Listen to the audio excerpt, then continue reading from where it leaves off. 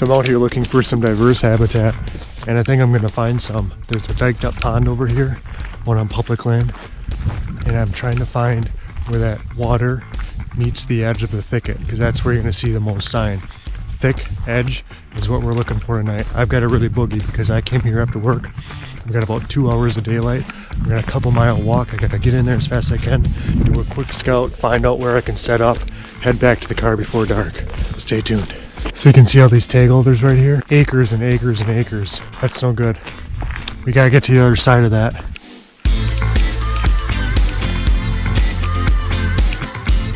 This is the first time I've been here. This gets used pretty heavily. High ground like that, that's places where deer would often bed. I don't think this one's been used. I'm going to keep heading through here on this edge, get out to the other side where I can see a little bit more in this marsh grass. I think I'm going to see a bit more sign out that way. At some point you can see a human walk through here. Busted that off. Animals don't do that. I thought I was the only one crazy enough to walk back in this crap. So when I was looking at this area on a map, I didn't know it'd be this beat down. You can tell where animals definitely run in and out of here. When I look in the distance way back there, maybe 3 or 4 trees I might be able to get up in, because right here, this is going to be a ground set. So as a mobile hunter, you have a huge advantage. With a hang-on stand, you could even do it if it was, a little bit of a smaller one. Certainly a saddle, obviously. A climber, maybe. You had to make it way out to those bigger trees back there. And when I mean big, I mean like big for a marsh. So I'm going to work my way all the way out there, see what the sign's like. It kind of comes to a point. That's where I'm expecting to see the majority of the bedding and transitions, and also some scrapes and rubs. Hopefully it's on higher ground where we can get some action. All right, so I found a bed. This isn't actually where I expected it to be. I'm kind of in the middle of everything. I'm not on the edge at all, with some bigger droppings in it. Probably I would say at least 2-year-old deer.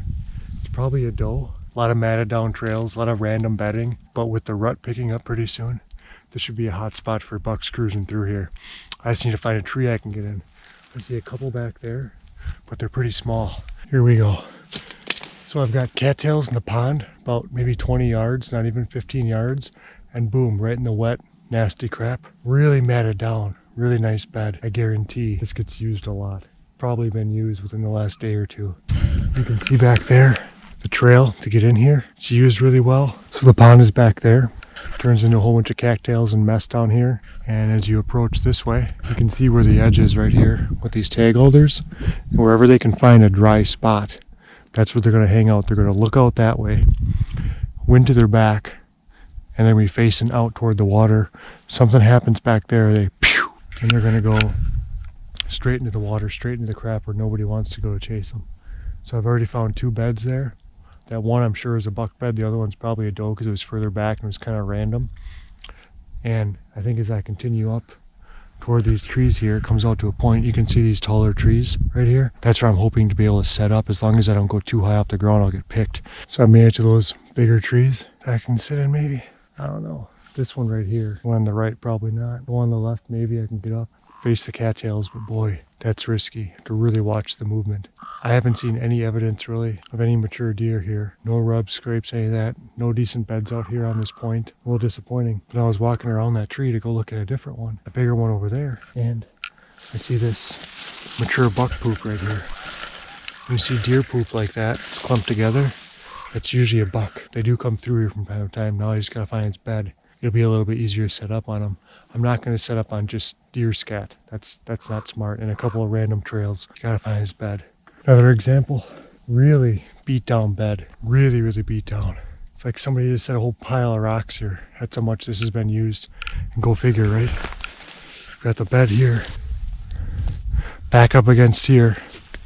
Facing out the cattails and the nasty. It's just going to go pew. Second it gets a chance. That looks like a buck bed. I've seen tons and tons of doe bed, which is what you see often in this marsh grass. You see doe bedding everywhere. My advice to anybody who's scouting for the first time, just scout the edge where the water meets the thick. This being the thick, tag holders, whatever. Walk the edge of it. I guarantee you'll see beds. Let's keep going and see what else we find. So that bed I found was against a tag holder bush. Comes right around this trail here, this way. Keeps going right along the edge. All the thick, nasty cattail, goopy, muck, pond crap is over there. This trail goes right up here, right back there, and about a quarter mile up. It's an ag field. If there's a way to set up on either side of this without being seen, you'd almost have to go on the ground, unless one of these trees up over here I can get into.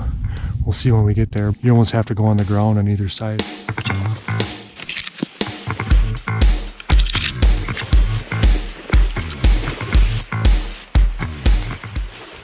Heavy game trail right here, going that way. Another one going this way, kind of forks. This one stays closer to the water. This one goes a little bit angled more toward that egg field and a tree where I want to sit. So this could be good, it looks promising. So I'm on this point. I just kept moving down the side. Pretty good side in here. You can see a great big dole bed right here.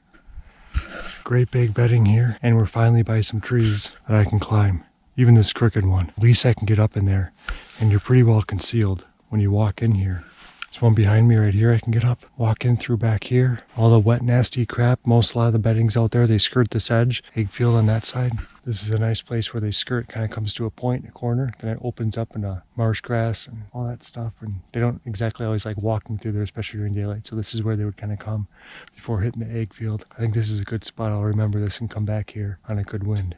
Look at this trail. Beat to heck. Going up to some of those willow whips and shrubs. I bet you there's a bed back there. And a bed along where these cattails meet up with those tags and whips. Ponds back here to the right, cattails. But I bet if I follow this trail up, I'm going to see something up there. And that leads, this trail leads, as you can see up there that way, to this tree where I was going to sit, shoot down. Could be a really good setup there. Might be my lucky tree. All right, let's go up this trail. So the trail kind of led me up here on this higher ground. But then I came up to here on this hump, thinking that this would be a really good spot. Out in the cattails there, another trail here, and the trail continues back to that side. Finally, 20 yards from that last spot, right back there. Right on that trail. Real bright. Bet you could even see that at night. That thing is super bright. And I see one over there. I'm not a monster, not a bruiser, but this is a good spot back in here. Wetter than heck, mucky, nasty. But I think if you plan this out right and you figure things out, kind of do your homework ahead of time, check the wind, pick a good day or find a way to work with whatever wind's there, you could do this. Might require sitting in a buck seat in the middle of a swamp. Might also require sitting on a regular folding chair. I'm gonna go check out that other rub over there. Look how bright that is. Brand new, really, really fresh rub. That's what you want to see. And if you turn around here, it's at the point. I'm surrounded by cattails all through here. We're at the point of this high ground here. Bedding in this stuff because it's right off the ground. Bedding along these edges here, making rubs as they're going through. And on these points, you can see the game trails leaving, going out to other areas. And there's actually a dead tree. I don't know if you can see that out there. Just enough high ground. I almost guarantee you're going to find a buck bed. Comes up this point, puts a rub there, puts a rub there, moves along the edge of these cattails out here on the dry land and goes over to the right in the egg field. So he's got a really nice setup right here. They say if you know where a deer is bedding, you know where he's eating, that deer should be dead. And I agree with that. Let's see if we can make it happen. So remember earlier when I said that bucks usually, when they poop, they're in clumps, big pieces in clumps. They're not separated like does. Well, look at this. It's huge. And when you go up here, about 10 feet from that rub, right there, and what he's doing is he's walking in this way. Guarantee he beds back in those cattails somewhere, wherever he can find high ground. Maybe he skirts the edge over that way, and he's walking up this way. He's going through these tags here on this little bit of higher ground, where he's doing that rub and another rub, and going back to that field back there. At least I know exactly where to go to set up on him. So that's what hunting the edge is all about. All right, everybody, this is what the map looks like. These are all tag alders, swamp grass, marsh grass, whatever you want to call it. Tons of cattails over here that I was referring to, and I was just following this transition line where the wet gets to the thick, gets to the dry land. And that's the whole point of this video, was to show you how I scout and how I find bedding very quickly, trails. Then essentially what happened was when I got down here, I did see a couple of those taller trees. I'm hoping that I can set my saddle up in this tree. I think I can, because the whole idea was following this transition line out to some buck bedding.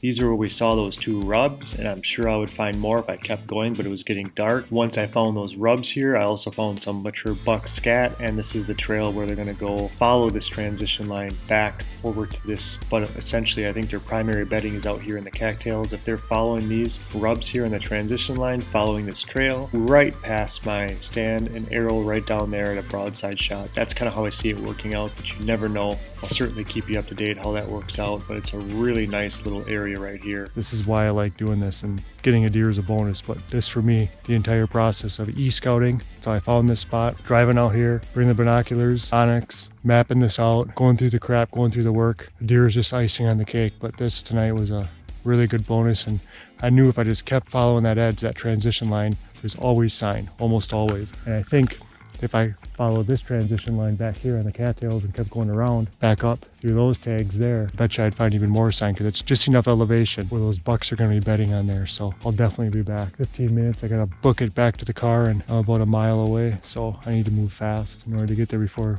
the sun completely goes away. So hope you enjoyed this one. Hope you learned something new. I learned a ton tonight. Hopefully through my learning experience itself, I taught you something new and maybe inspire you to go out there and hunt the edge. Oh, there's a ferret. I mean a weasel. He just went down there. I think it's a lesser weasel. It's a little brown one moving around, and they're certainly not shy, as many of you probably know. Oh, yeah. Oh, I just missed him again. They're so dang quick. There he goes. Back in there. He's following me around. I noticed for like the last 150 yards he's been following me. Anyways, I'm blessed that I get to share this with you guys, so I'll go through the work, help you guys out. Next time you have a chance to go hunt a swamp, a marsh, if you find dry land elevated just enough for a deer to lay on it where they're not getting soaked, you're going to see beds. You might not see rubs every time like that, but you're going to see some sign, and that's a good starting point if you're wondering where to go out. Thanks for watching. It's been a pleasure. This stuff gets me pumped. Stay tuned for another episode coming soon. Bye-bye.